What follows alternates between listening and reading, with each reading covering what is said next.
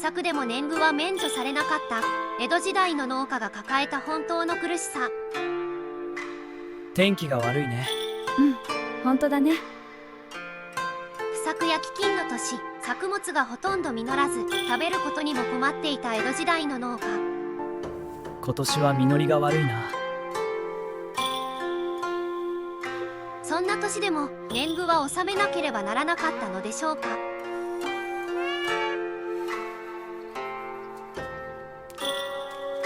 江戸時代の農家は収穫した米の4割から5割前後を年貢として差し出していたと言われています。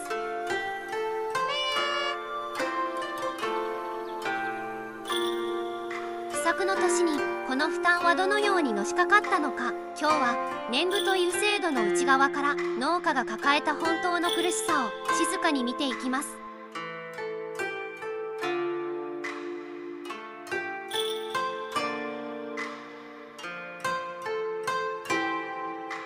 第1章、年貢とは何だったのか。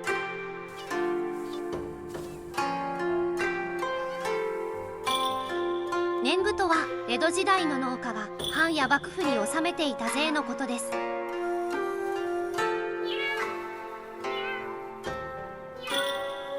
現代の税金のように一律の税率が決まっていたわけではなく、地域や時代、藩の方針によって大きな違いがありました。今年も年貢の時期だね。それでも一般的な目安としては収穫量のおよそ4割から5割前後が年貢として課されていたとされています。今年も年貢の時期だね。例えば10俵の米が収穫できた年でも農家の手元に残るのは5から6俵ほどでした。そうね、ちゃんと納めようね。この残った米で家族を養い、翌年の種を残し不作に備える必要があったのです。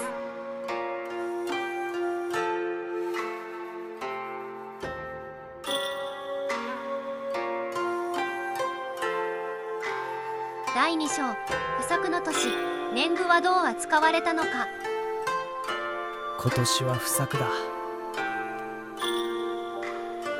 不作の年になると年貢は免除されたのかという疑問が浮かびます。そうね、不作だね。しかし年貢が自動的に免除される制度は基本的にはありませんでした。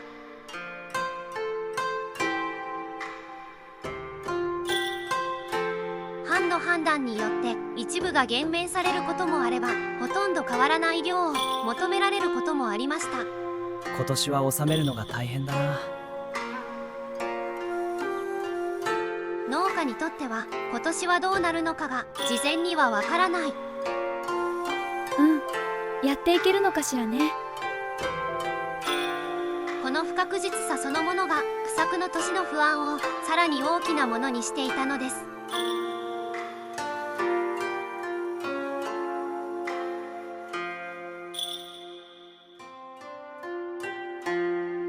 第3章、農家はどうやって年貢を納めたのか。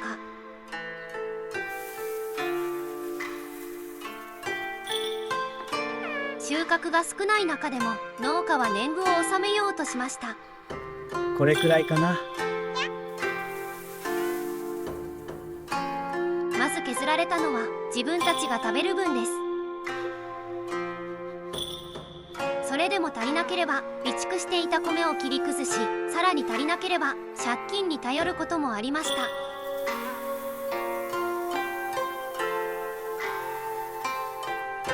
年貢を納めることは生活を守ることと常に引き換えでした。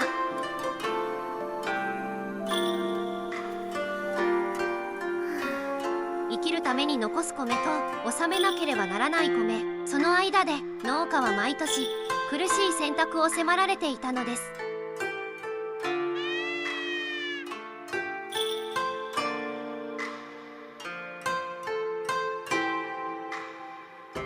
第4章、村受け制という仕組み。お前たちのところはどうじゃった？あまり良くなかったです。年貢は一件ごとの問題ではなく、村全体で責任を負う仕組みで管理されていました。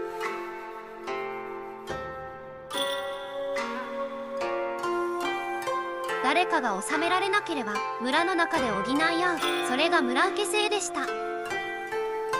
今年はこれだけで精一杯です。この仕組みは困った家を支える一方で、村全体に重い緊張を生みました。そうか、今年はこれで何とかしよう。誰か一人の不作が村全体の問題になる助け合いであり、同時に逃げ場のない制度でもあったのです。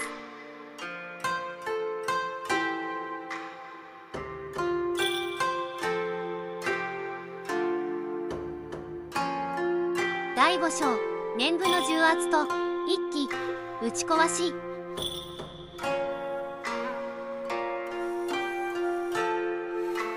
年貢は農家にとって単なる税ではありませんでした。今年は納められるだろうか。猫殿、何を申す。毎年今年は納められるだろうかという不安が心から離れることはありません。そうだな、お上に訴えるしかないな。多くの農家は耐えました。職を削り借金を重ねながらも何とか納め続けました。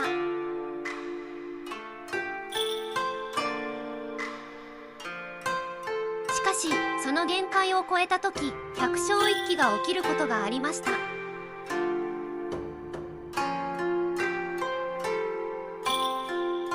それは暴動ではなく、年貢の減免や取り立ての緩和を求める切実な訴えでした。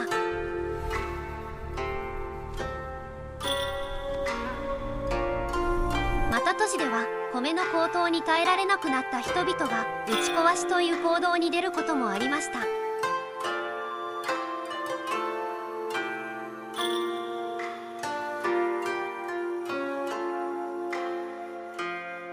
第6章、それでも制度が続いた理由。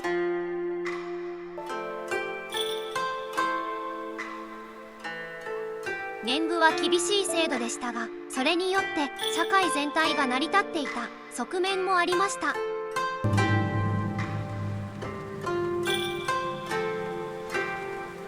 武士の生活、治安の維持、政治の運営。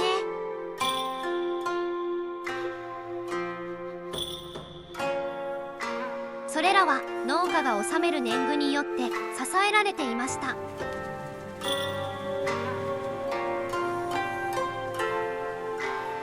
農家だけが苦しんでいたわけではない。しかし支える側の負担が最も重かったのも事実です。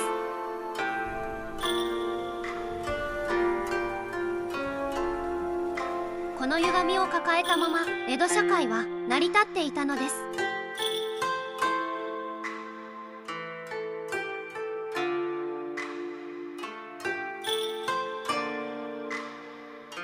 最終章、負担の中で未来をどう残すのか。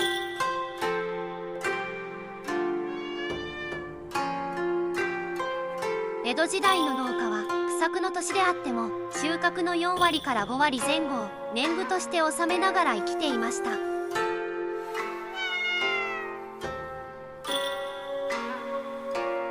そして現代の日本でも私たちは形を変えながら5割近い税や社会負担を納めて生きていると言われています。負担の大きさだけを見れば決して軽いものではありません。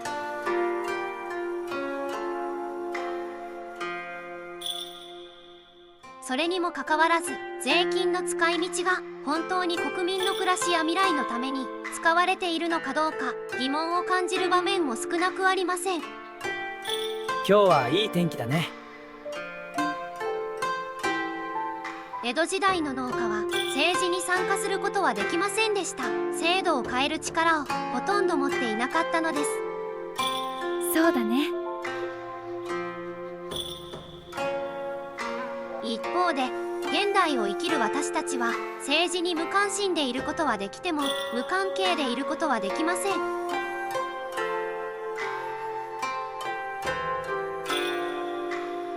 税を納め、その使い道の結果を受け取りながら私たちは社会の中で生きています。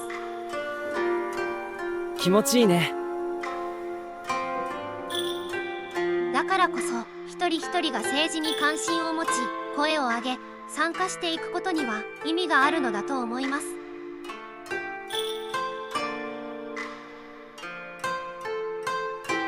それは特別なことをするという話ではありません。考え、知り、選び続けること、そうした小さな積み重ねが未来の世代により持続可能で納得できる社会を残すことにつながるのではないでしょうか。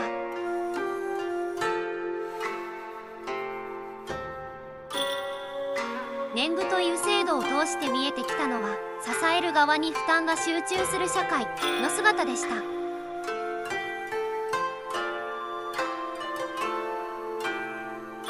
歴史を学ぶことは過去を裁くためではなく、未来を選び直すための静かな手がかりなのかもしれません。